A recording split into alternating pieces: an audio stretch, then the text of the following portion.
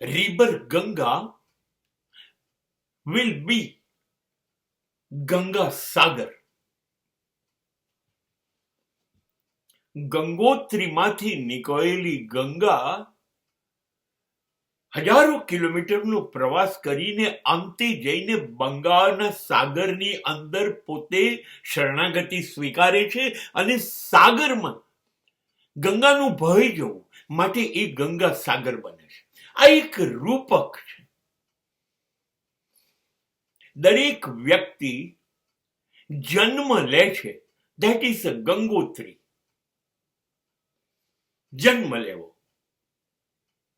અને ત્યાર પછી જીવનને પસાર કરતા કરતા કરતા અંતે સંસારમાંથી પાર થઈ અને સાગરમાં એટલે મૃત્યુમાં ભય જઈને પોતાનો અંત લાવે છે. આ દરેક વ્યક્તિની કથા છે. આપણે બધા જન્મ લઈને મૃત્યુ સુધી પહોંચીએ છીએ. મૃત્યુ મહાસાગર છે અને એમાં આપણું જીવન ભળી જાય છે. ખરેખર જોવા જઈએ તો આ પોતાનું વ્યક્તિત્વ, યોર પર્સનાલિટી,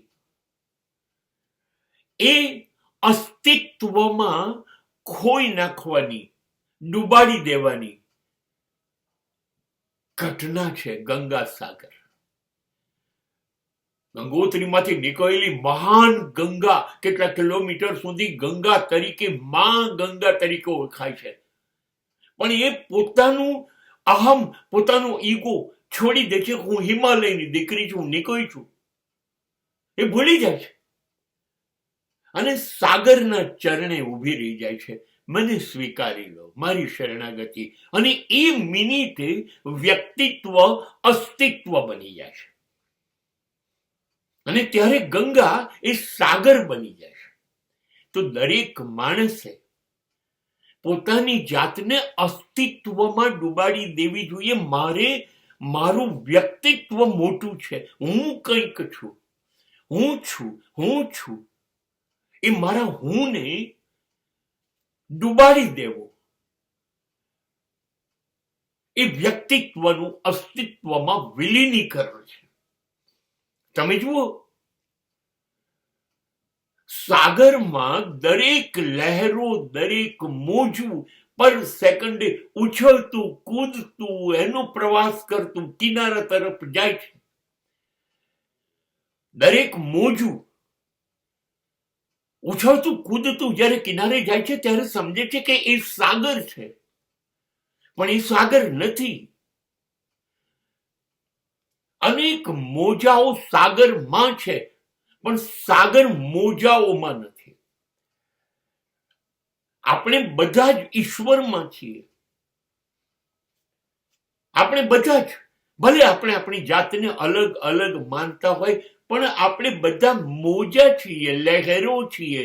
સાગર ઈચ્છે છે ત્યારે આપણે સફર કરીએ છીએ અને પછી કિનારે જઈને આપણે વિરમી જઈએ છીએ, આપણો અંત આવી જાય છે.